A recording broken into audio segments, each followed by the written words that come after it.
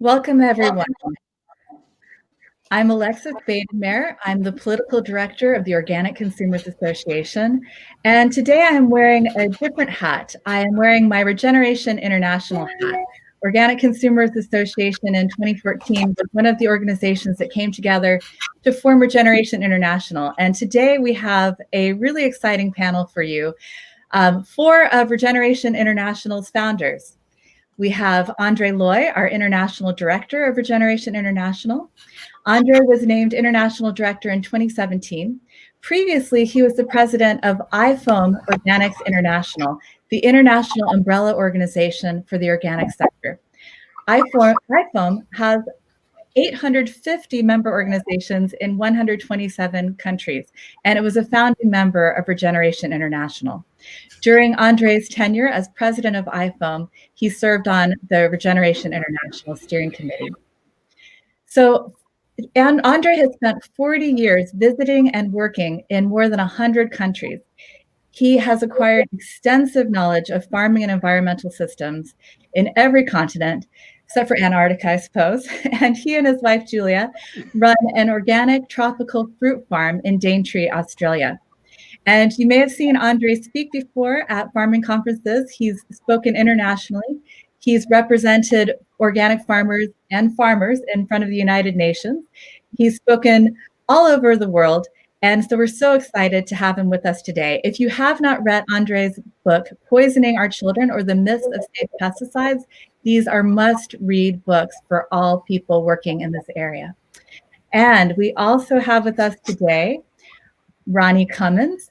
He is the co-founder and international director of the Organic Consumers Association and our Mexico affiliate, Via Organica. Ronnie has been active as a writer and activist since the 1960s. He has extensive experience in public education, grassroots mobilization, and marketplace pressure campaigns. So if you know Millions Against Monsanto, you know Ronnie Cummins. Over the decades, he has served as the director of U.S. and international campaigns for Organic Consumers Association, working with sustainable agriculture issues, food safety, genetic engineering. He has published hundreds of articles and he has two books, Genetically Engineered Food, a Self-Defense Guide for Consumers, and also you must read his new book on the Green New Deal. And we also have Hans Herren with us today. Hans is with the Millennium Institute and also a steering committee with the four of our guests with Regeneration International. He is a Swiss entomologist, farmer, and development specialist. He was the first person from Switzerland to receive the 1995 World Food Prize, and he was also the 2013 Right Livelihood Award recipient for leading a major biological pest management campaign in Africa, successfully fighting the cassava mealybug and averting Africa's worst ever food crisis. Herren is the president and CEO of the Washington-based Millennium Institute and a co-founder and president of BioVision, the Switzerland-based foundation focused on food security and sustainable agriculture. And finally, we have Vandana Shiva. Dr. Vandana Shiva is trained as a quantum physicist, but she ended up turning her attention to the intersection of science and environmental policy and social justice. In 1991, Dr. Shiva founded Navdanya, a national movement to protect the diversity and integrity of living resources. She, along with Hans, is also a recipient of the Right Livelihood Award for her work in placing women and ecology at the center of international development. Shiva is the author of more than 300 papers in leading scientific and technical journals and more than 20 books. Some of our favorites are Soil Not Oil, and Who Really Feeds the World, and Earth Democracy. But if you have not read Oneness versus the 1%, it is out in a new edition with a very important essay. And before we begin with our discussion today about food democracy, the People's Agenda for Food Democracy, I'd like for Dr. Shiva, Ronnie Cummins, André Leu, and Dr. Herren to tell us a little bit about the work that they do hands-on in regenerative organic agriculture. I know that all of our listeners are very interested in the benefits of regenerative organic agriculture and learning how it works, what it does, and each of our panelists has great hands-on work happening right now. So please, let's start this way. How about we start with Ronnie? Yes, well, I'm speaking to you today from our research farm in Mexico, San Miguel de Allende, Mexico. We've been here for about 10 years, and we are a conference center and training center as well as a research center. We have 30 hectares or 65 acres here, and we're an organic farm with permaculture practices. The most exciting thing I'm working on right now is this system of agave and mesquite agroforestry with holistic management. This is literally a game changer that some small farmers near here have pioneered, first time in the world, to take these native desert plants, agaves, and a native nitrogen-fixing tree, mesquite, and put these into an agroforestry system that produces enormous amounts of animal forage, fermented animal forage, while sequestering huge amounts of carbon and improving the landscape. So we're having meetings here all week with Hudson Carbon Institute and leaders, government officials, scientists, and so on an ongoing basis, actually, to develop this system. And what's so exciting about this system is 40% of the world are these arid and semi-arid areas where it's extremely difficult for farmers to be able to raise a crop or to properly feed their animals. And this is a game changer that I believe we're going to see roll out on all continents. And RI we have staff and affiliates in Africa and Asia and Oceania and Latin America and North America. And we are going to, once this system is further established here in Mexico, we're going to be able to adapt this system to all the ecosystems of the world. So I'm very excited about this. And you'll see more about this. I've got a new article coming out soon with some of our latest research materials. Fantastic, Ronnie. Let's go to Dr. Herren. Hans, tell us about your work as a farmer. We know you're a scientist, but we know that you work hands-on as well in regenerative organic agriculture. What are the most exciting things you're seeing in the field these days? Yeah, so I have a little vineyard, so I think that's sort of my hobby, which I'm trying to produce grapes and make wine organically. And I just actually replanted the whole vineyard 2 years ago, and we grafted new varieties on them. So I'll be on the dry for another couple of years before our next harvest. But I've been playing around with cover crops to see how we can, provide all our nutrients through cover crops. It's been a real challenge because of a lot of weed growing, and I got some Bermuda grass in the vineyard, which has been a real problem to try to get rid of using natural control and mostly trying to outcompete it with other plants. So my latest interesting thing I'm doing is to bring ducks into the system because they're very good in weeding. So we're gonna. I don't have to do that myself, bending down. I have the ducks doing it. So we tried with sheep, but sheep don't really do very well. They're very picky what they're going to eat and not. So there's been a lot of trial and error, I can tell you. And we are now planting the rest of the property into berries, so preparing the ground to have sort of a permaculture, organic plantation of elderberry, a mulberry, and also mixed with nuts. So we are sort of terracing somehow the property to conserve water. So basically using all the basic principles of permaculture and organic agriculture, and to be as regenerative as we can, because the whole idea here again is to put a lot of carbon in the soil and save all the water we can. We are on a hillside, and we want to make sure the water doesn't flow down somewhere to the bay, but remains on our property. And so there's a lot of interesting work going on right now. But I think what maybe just one more thing is that although I'm trying all this, what I'm trying to spend most time on is to take the good work of Ronnie and Vandana and Andre and everybody else out there doing field work and having experience and get this into the policy arena, because I feel that unless all what we do on the ground doesn't reach the policy level, we are not going to go to scale at the level we need to. So I think I'm trying to do my little work down there, but also now mostly working again in the policy SDGs in particular, but other policy avenues to try to go to scale. We don't have time, as we know, and I think you probably read the latest Nature article, where we're overshot over the 4 degrees already because of the permafrost issue. So we are in big trouble, and I think agriculture can really help us out, but we need to act. Wonderful, Hans. Thank you. And Andre, what's going on your organic farm? Okay.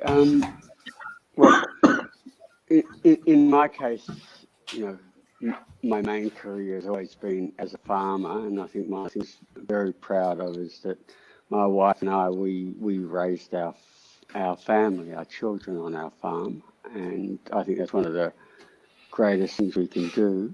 Our farm is a tropical fruit orchard, which we always run on agroecological lines. So the whole idea is to bring in a whole lot of functional biodiversity to give us the ecosystem services. So we have plants that help fix all the nutrients, fix the carbon, but other plants that essentially are host plants for the beneficial insects to do our pest control. And so by bringing in this biodiversity, I actually don't like to use the word weeds. What I have is a cover crops and cash crops, and I want the cover crop to give me a range of functions that aid the cash crop. So, can I say, in my time, when the farm was really at its peak, it's not now because I'm also got other priorities, but when it was at its peak, we were selling produce as well as locally all around Australia and actually all around the world.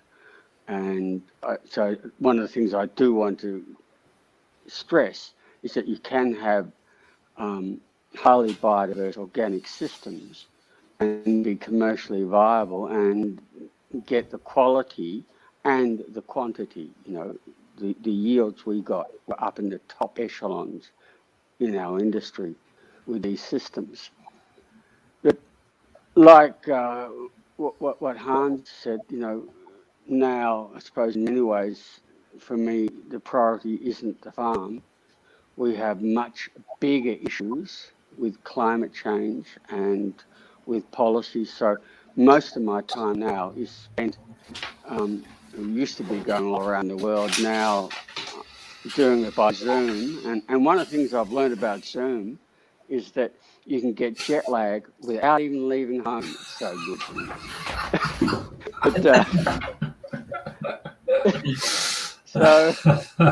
But anyway, I just want to say that what we're doing is educating people on the multifunctional benefits of regenerative systems.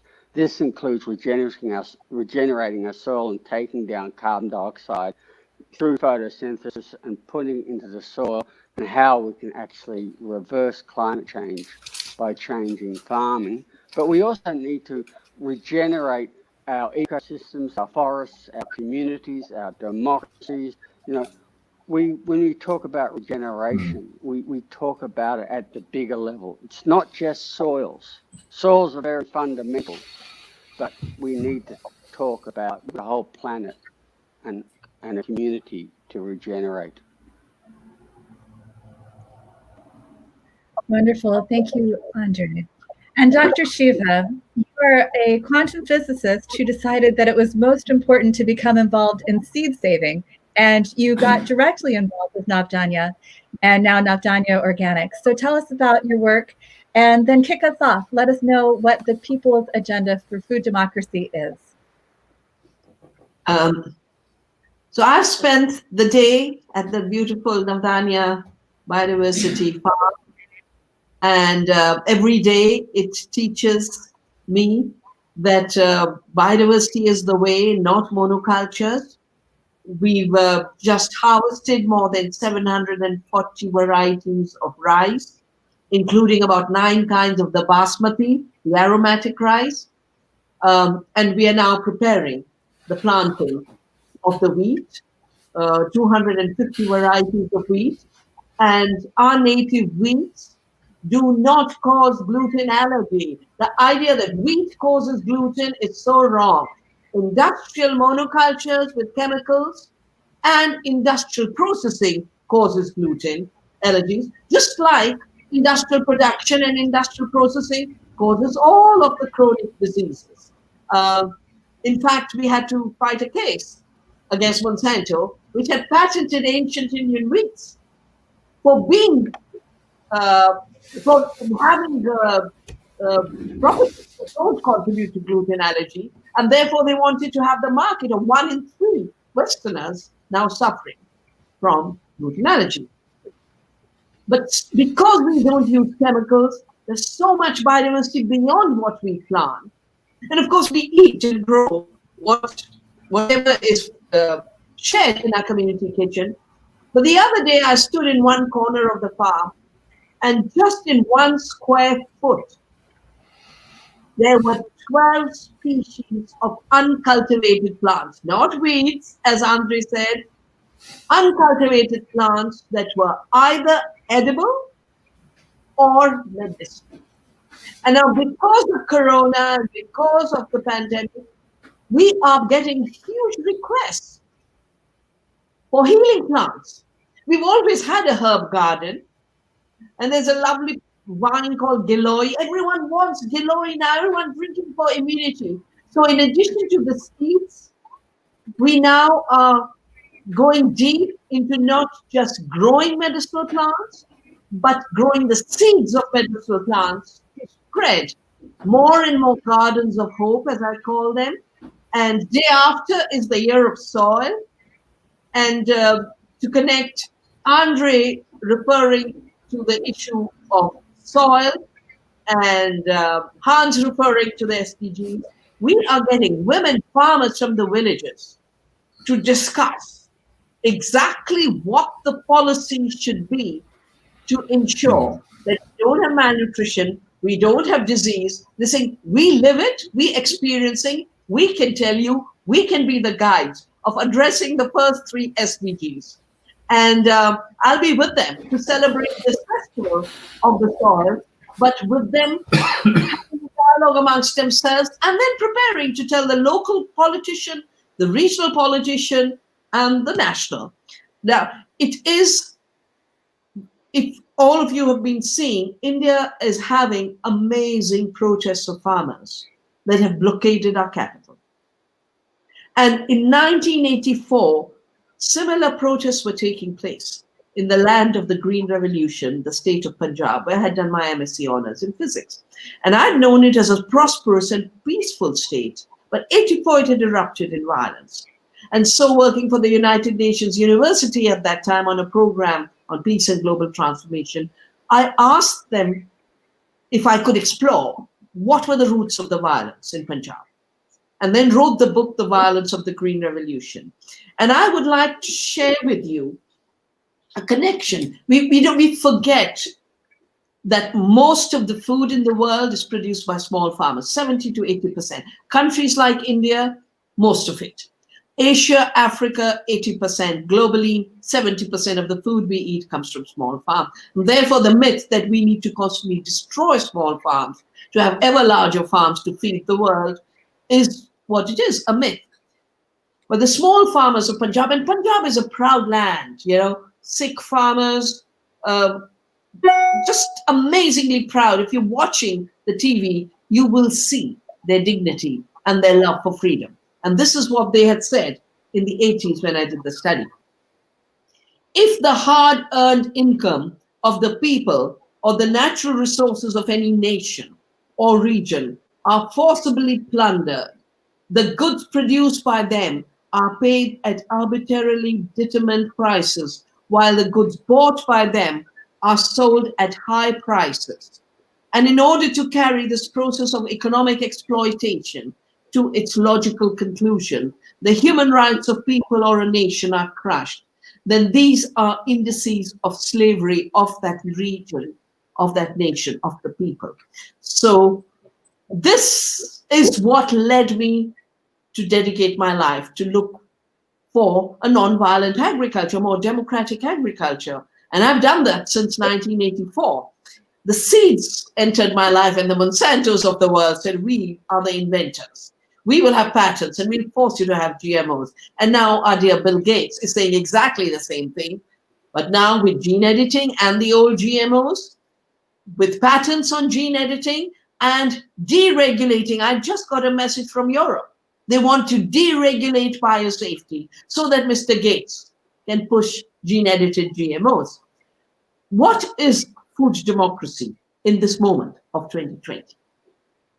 First, recognizing the pandemic and the chronic diseases which are making the pandemic more fatal are all related to a bad food system that is not worthy of being called food. I call it the anti-food system. Food is health. A system that gives you disease is an anti-food system. We should stop calling it a food system. And therefore, I think the food system transformation, Hans, we need is called food and call fake stuff fake. The second thing is we know in an honest way that we can address climate change. Regeneration movement came out of knowing their solutions. And everyone on this panel has worked on those solutions, down to the last detail of how much gigatons we can pull out. On our farm, we built up 100% more organic carbon, 100% more nitrogen, and zinc and magnesium and micronutrients in the soil, which comes into our food. And what is being produced is nutritionally empty commodities that are leading to other diseases.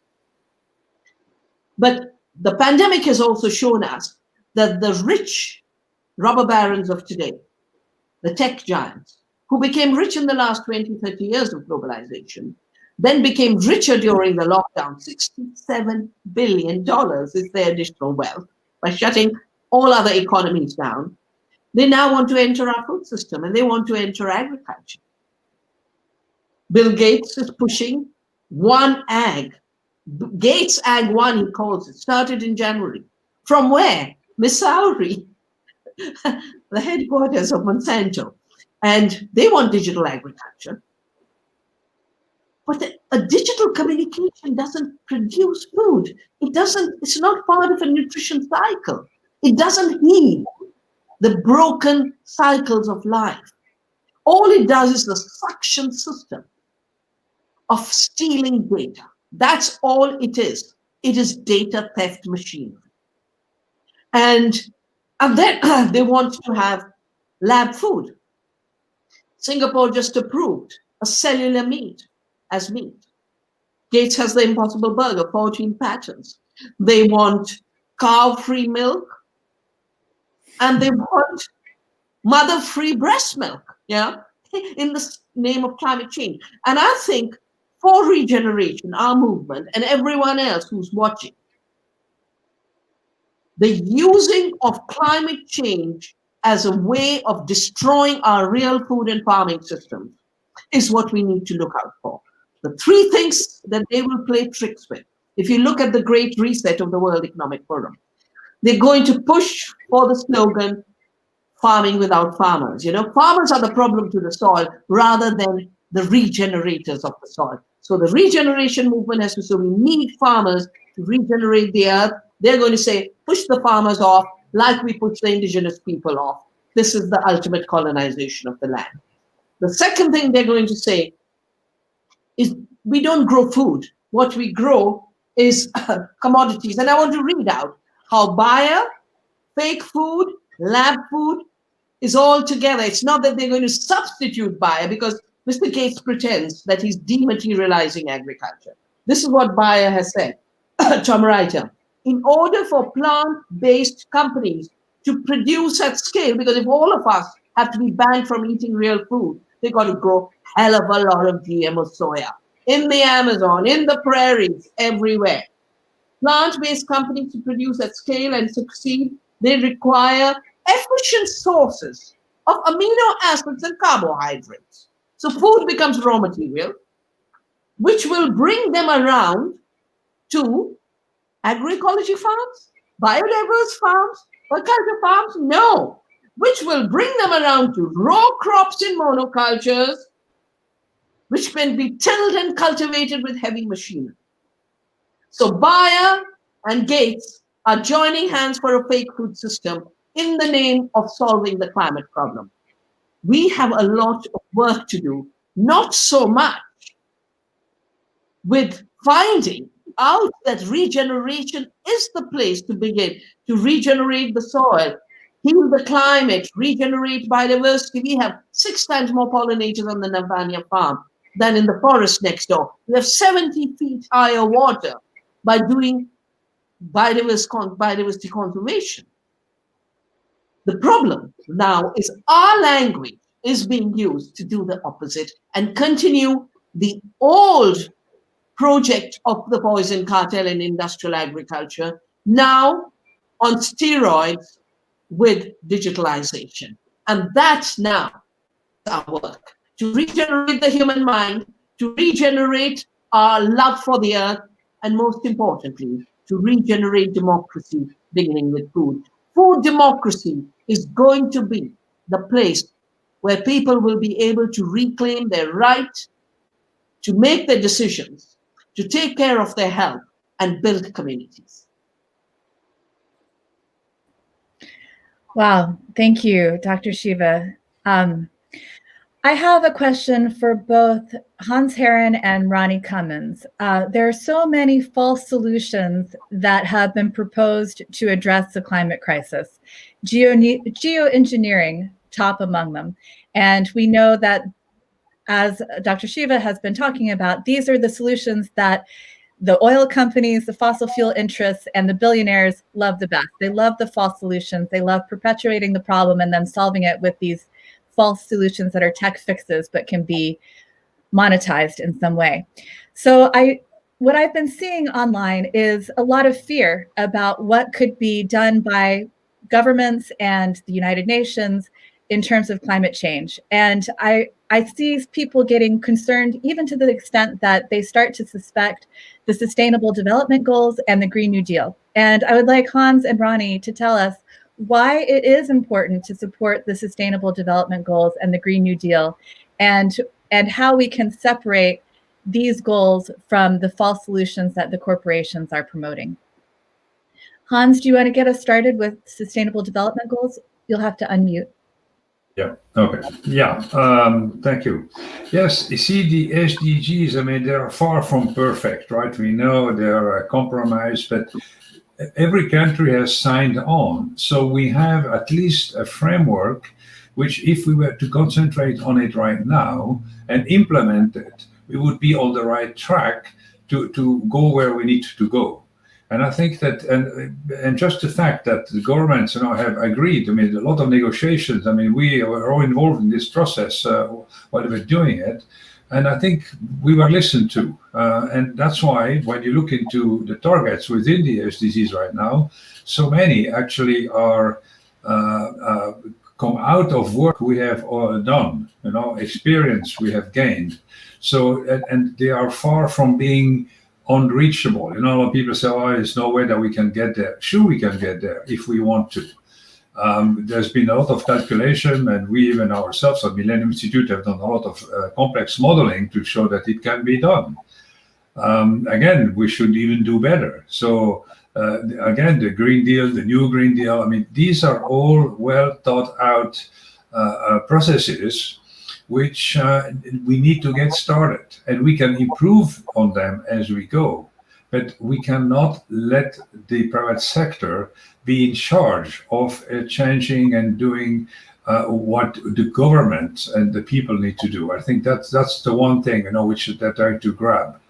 And So to me, it looks like if we just go and do what we know already, all the experience we have, and put them into the effort to meet the SDGs, and any one of the goals and any one of the targets, I think, are good in terms of putting everybody onto the right track. We're already talking actually about 2045 now, the next 15 years, because we know that by 10 years from now we won't be at the very end of where we are supposed to go. But I hope that we will be at least let's say 80% in the right direction. But true, we need already to think about it beyond, and that may help us also do the effort now to try to do as well as we can. So I think we need to work on many different levels, again, as I said earlier, at the policy level, but we need to continue also to show that it is feasible. And that's the point, I think, which Vandana was mentioning also before. They come with the argument that, 10 billion people will go hungry and whatever, sort of the scare tactic, which doesn't hold the water, as we know. If we decentralize the production much more and stop all this globalization, which has shown how bad it worked, for the pandemic. Actually, it doesn't. It just shows that this is the wrong way to go. And so where are the lessons learned there? So to me, it looks like SDG, yes, let's put a lot of effort into this. And try to meet those targets, being on land restoration, for example, even if we can be neutral. I mean, I always say we should go much further, for example, we should actually restore land, not be neutral in terms of what we degrade and what we rehabilitate. But even if we were to get there, it would not be so bad, right? I mean, I really want us to do a whole lot more and better, but let's already do what we had agreed we can do. This will be a really good thing. So Ronnie, tell us about the Green New Deal and why you think this is something we should work towards. Yes, well, the idea of the Green New Deal was brought up strongly in 2018 by the youth climate movement in the United States. And basically they were calling back attention to the 1930s when we had a severe crisis in the U.S., a severe environmental crisis, a severe crisis of public health and poverty, and when the threat of fascism was not only in Europe and Japan, but in the United States as well. And people came together and they carried out a sort of a halfway revolution. It was not fully successful. It was not fully comprehensive, but there were definitely some good things. The New Deal in the United States and the way it had a repercussion down here in Mexico as well with the Cardenas administration. Mexico had a sort of a New Deal also in the 1930s, which was the most important period in Mexico. So I think we have to recognize that we've got to scale up regenerative and organic practices. And the way you do that is raising consciousness, of course, which all of us have been doing for many years, and we're being successful. But we also, and we need farmer innovation and farmer creativity. We're seeing that. We're seeing that also in the alternative energy sector.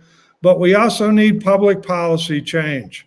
We do not have time left before the earth becomes uninhabitable to just change one farm at a time, one ranch at a time, one school district at a time, one workplace at a time. We need to change public policy as well. And I think we're going to see that, although we're in a very stressful moment right now. And finally, we're going to have financing for this system. We're going to have to take back control of our resources and redirect them.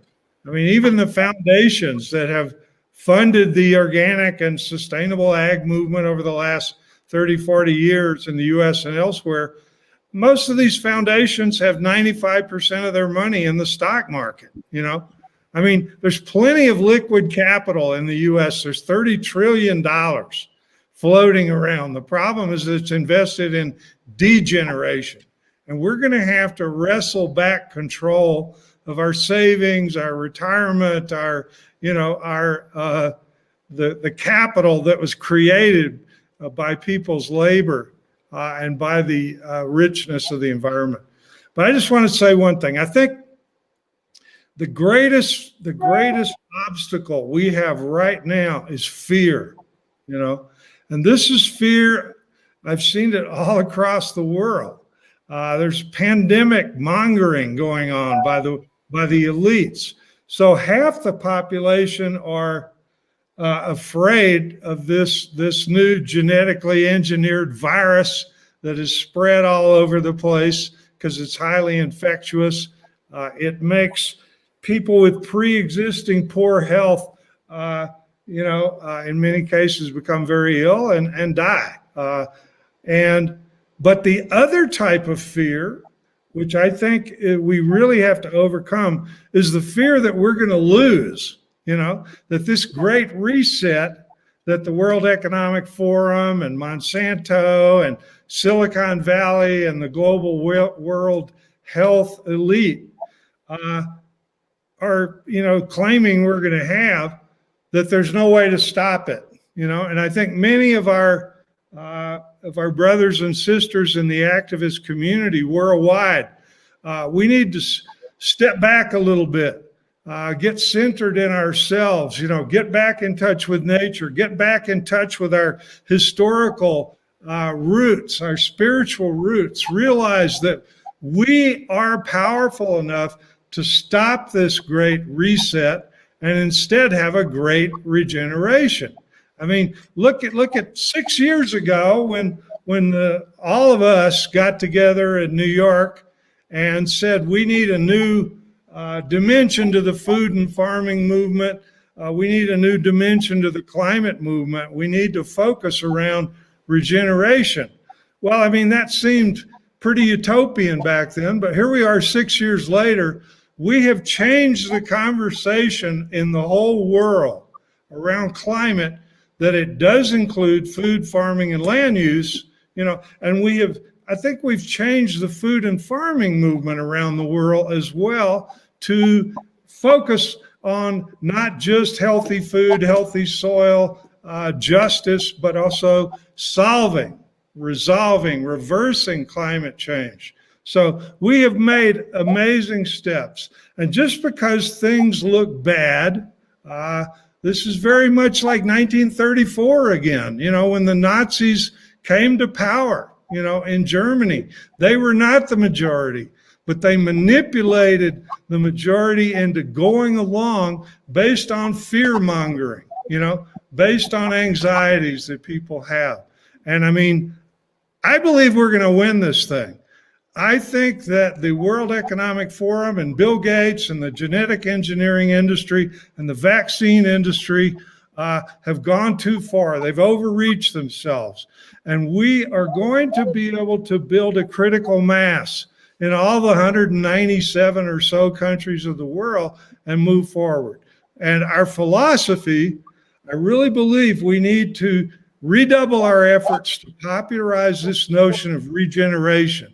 And it's not just the soil. We've got to regenerate our souls. We've got to regenerate our optimism. Let's get beyond being fearful and let's step out there and do it. Great.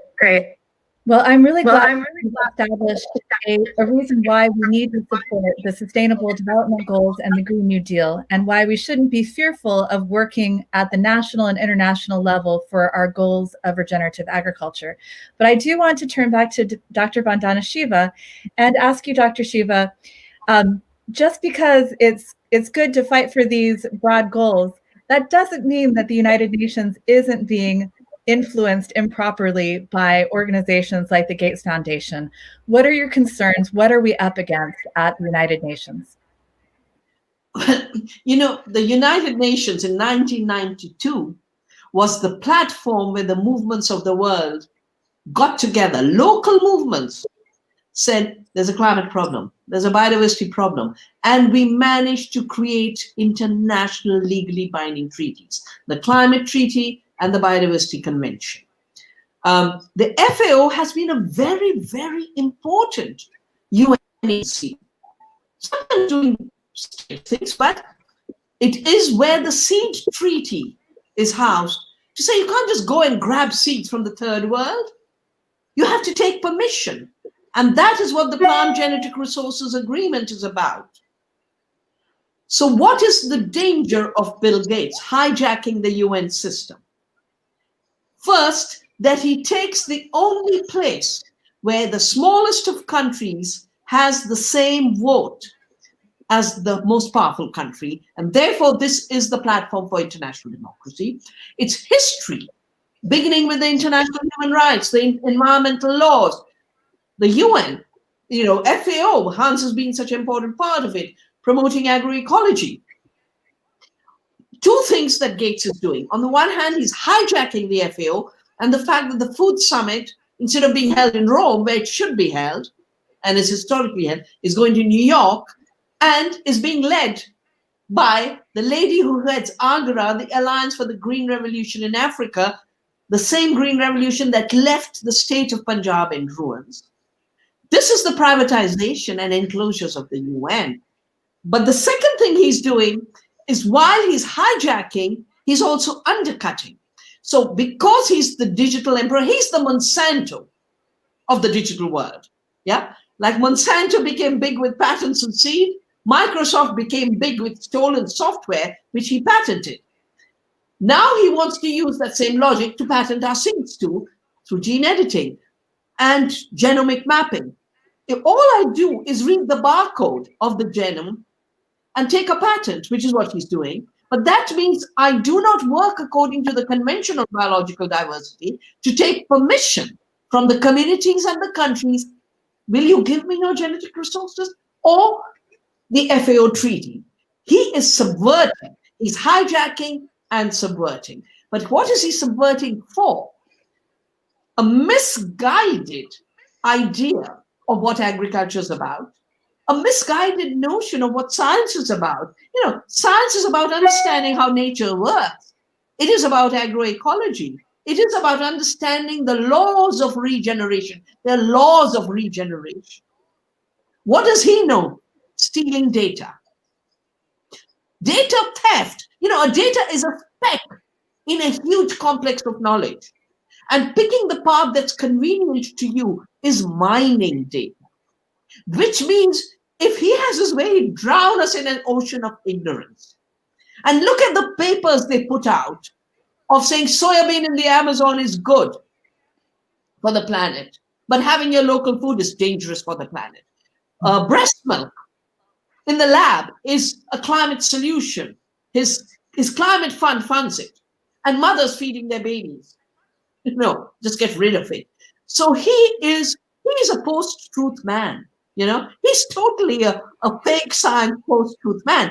And this group of Silicon Valley giants believe so much that we can substitute nature, we can substitute humanity, we will make transhumans humans are unimproved technology, food is unimproved technology, and we've got to conquer Mother Nature. Regeneration for me is recognizing that we live by the laws of Mother Nature. We live by her generosity.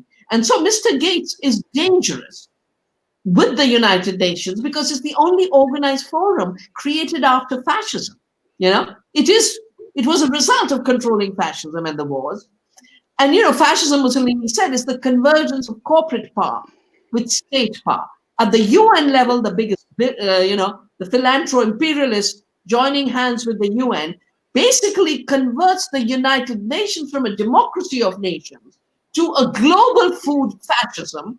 And that's why we need not just the practice of food democracy everywhere, but the international network that we are for food democracy. Regeneration is food democracy for the soil organisms, food democracy for biodiversity, food democracy so that no one goes hungry, food democracy so that food doesn't become the biggest reason for climate disasters and pandemics.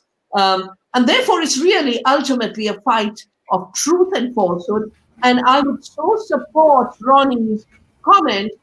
When Monsanto said every seed will be patented, we said we're going to love the seed and protect the seed. Most seeds are not patented. If today we decide Mr. Gates is going to force feed us fake food, he's not going to push gene-edited crops, he's not going to drive farmers off the land through digital agriculture, and we decide from now onwards we're going to do a satyagraha, Gandhi's word for civil disobedience, a satyagraha for life.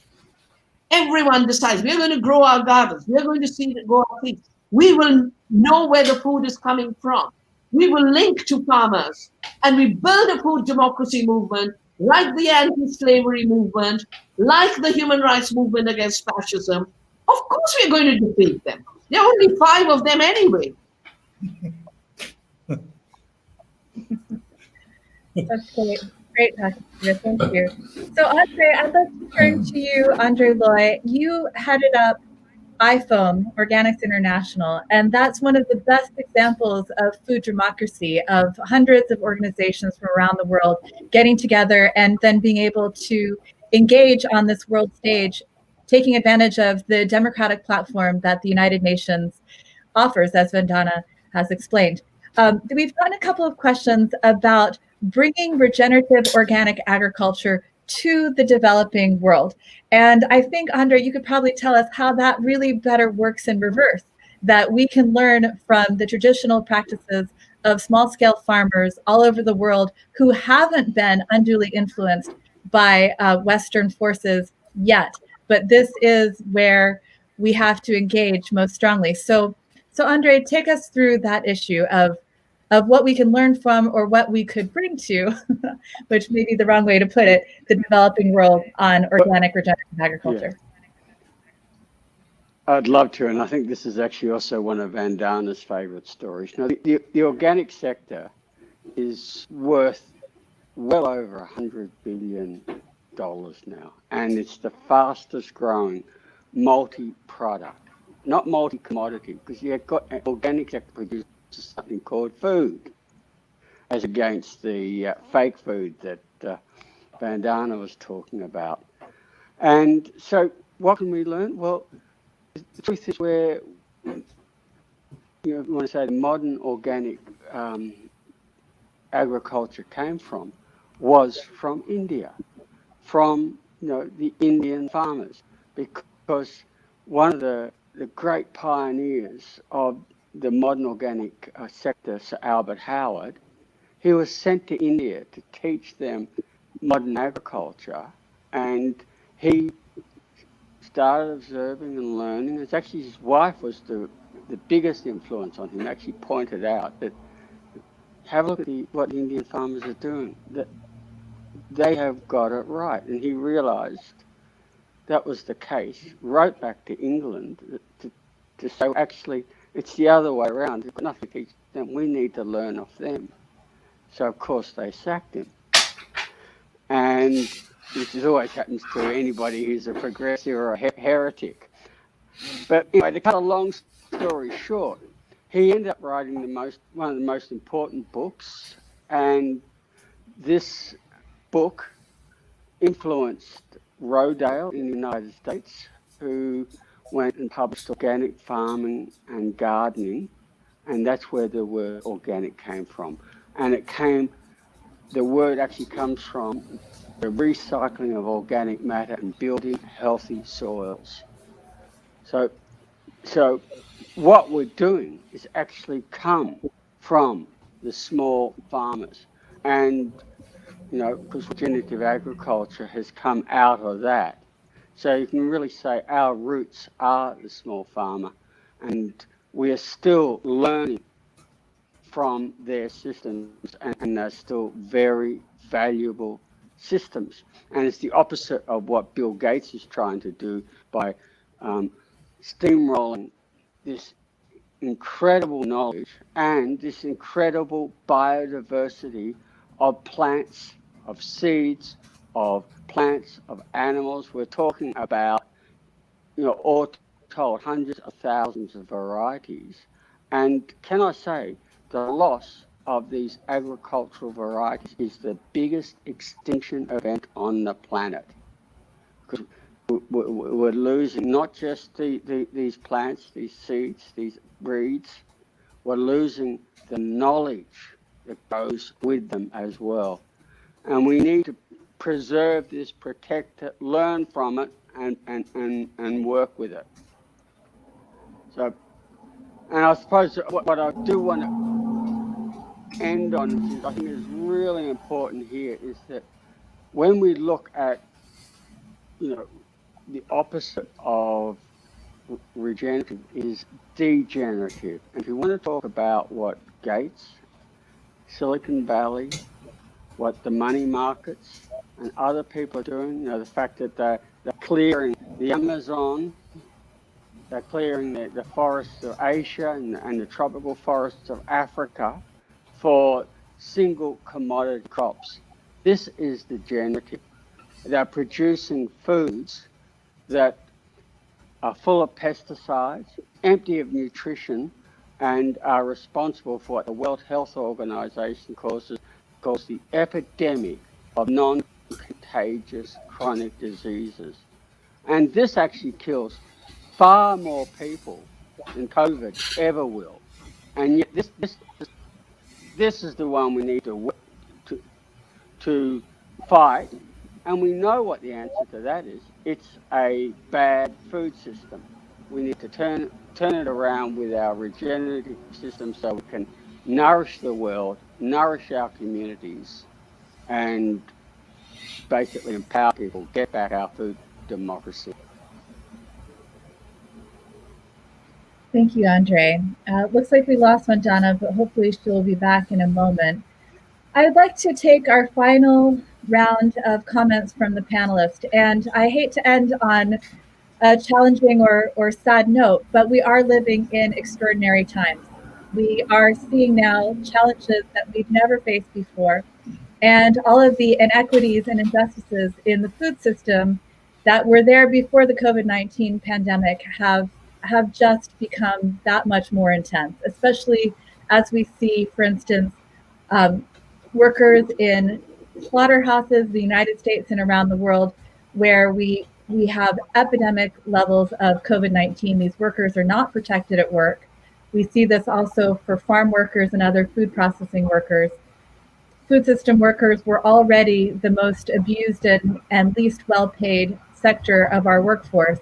And now we have the pandemic and the shutdown and the intensification of this terrible situation. So like I said, I hate to end there, but I want you all to give us your thoughts about how we can move through this period and what is the work that needs to be done at this time. Let's start with Ronnie. Yeah, well, I think one thing is that for 30 years, a lot of us have been speaking out about the dangers of playing God, about the dangers of out of control genetic engineering, and we did a pretty good job educating people. I know I started in 1972 campaigning against GMOs. We've done a pretty good job educating people around the world about the hazards of genetically engineered foods and crops, and we've slowed down their attempt to, totally take over agriculture and totally take over people's lives. But we failed in explaining to people something that scientists warned us all along, which is it's dangerous to allow them to genetically engineer viruses and bacteria and fungi and microorganisms as well. We have a treaty, 1975 global treaty on a protocol banning bioweapons, banning the production and research for offensive bioweapons. And I think that lulled a lot of people into believing that this was not happening, that there was no danger that could come out of, virologists and laboratories all over the world. But what we have discovered is that, yes, it's here again. So we need to point out to people again, or we need to deconstruct this official story around COVID-19. COVID-19 is not some act of God that sprung out from bats and started infecting people. You know, the overwhelming preponderance of evidence is that this is a terrible accident, a result of lab modification of viruses, weaponizing viruses. Don't let them get away with saying this is biomedical research. If this is biosafety research that people have a right to do. This is a bioweapon that went off. It's like an atomic bomb going off because we were careless, you know. And we got to deconstruct this story, you know, and we've got to also cut through the lies of what is this pandemic? How do you protect people from it? How do you treat it? What are we going to deal with in the aftermath? Right now, they're cramming down our throats genetically engineered vaccines, you know, that have not been properly safety tested by companies that have a long track record of mass murder and criminal negligence, the big company. And behind the scenes, it's the military industrial complex that is funding the purchase of these genetically engineered vaccines that they're going to try to force on the public. So these same old issues that we, you know, have always known were there have come back to bite us. And we're going to have to get through this period, you know. And the worst thing about this pandemic is that they've managed to divide us in panic. You know, right now in the United States, there is no communication going on between, you know, progressives and leftists and liberals and conservatives and libertarians. If we allow them to continue to divide and conquer us, things are going to get worse before they get better. But I think we can overcome this. And one thing we've got to do is reach out to the people we've educated in the genetic engineering campaign and point out again, genetically engineered viruses and bacteria and fungi and microorganisms are dangerous. That's why we need to go back to the global protocol banning bioweapons. And we need to add to that things that never got in there, like mandatory inspections, random inspections when we suspect people are weaponizing viruses and stuff, and also take out the ambiguous language, which allows people in China, scientists in China or the US or Russia or Israel or wherever they're doing this weaponizing of viruses to claim that it's biomedical research, you know. And because the next one, I mean, Bill Gates, unfortunately, predicted this pandemic with Event 201 in October of 2019. They said we're going to have a pandemic soon, and we better get organized so that we can turn it into the Great Reset, you know.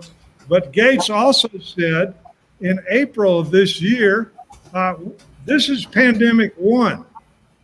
He said, we're soon going to have pandemic 2. And what's shocking about what Gates said is when he was asked by Colbert, what do you mean? He said, the next pandemic is going to be a bioterrorist attack. And so Colbert said, well, how do we prepare for this? And he said, the same way we would prepare for, you know, any terrorist attack. So the genie's out of the bottle. Genetic engineering turned out to be just as scary as we were told it would be 30 years ago. But we got to deal with this situation. We got to educate the public. I'm writing a book right now with Dr. Mercola on COVID-19 and deconstructing the official story and laying out what really happened and what really is needed, you know, better public health, better food system, cleaning up the environment. But as I pointed out earlier, we got to get beyond this fear, you know. We got to get united and organized locally, but it's got to be, you know, we all live in a million communities, but we have to work in our communities, but we got to get united regionally, nationally, internationally. Thank you, Ronnie. We had to say goodbye to Dr. Hans Herren. He's on West Coast time in the United States, so it was 6 a.m. when we began. He said he had already been on 2 hours worth of Zoom calls with his colleagues in Europe. So I'm sorry that we didn't get to hear last words from Dr. Herren. But let's go to André Leu. How do we move through these extraordinary times? How does it refocus our work? What should we be concerned about now? I'd like to just follow on what Vandana said and the concept of satyagraha, which came from Mahatma Gandhi, and that is non-violent, non-cooperation. We need to not cooperate. Gandhi used this to defeat the world's greatest empire and bring down colonialism around the world. And then Martin Luther King used the same principles to end segregation in the United States, and actually was very effective to end it. Sorry. Oh. Unfortunately, I lost my... Goodness. Sorry that we lost André Leu, but those were wise words. Dr. Shiva, what are your final thoughts for us? Well, if we look at in the last century, where have things gone wrong? Because a handful of people, we call it fascism, handful of people decided that other human beings were lesser than them, and Hitler had his concentration camps. But the chemicals from Hitler's labs then became the basis of industrial agriculture, and all the violence it has perpetrated on the world, driving species to extinction, driving instability in the climate with fossil fuel derived chemicals. You talked about the violence against those working in industrial farming systems.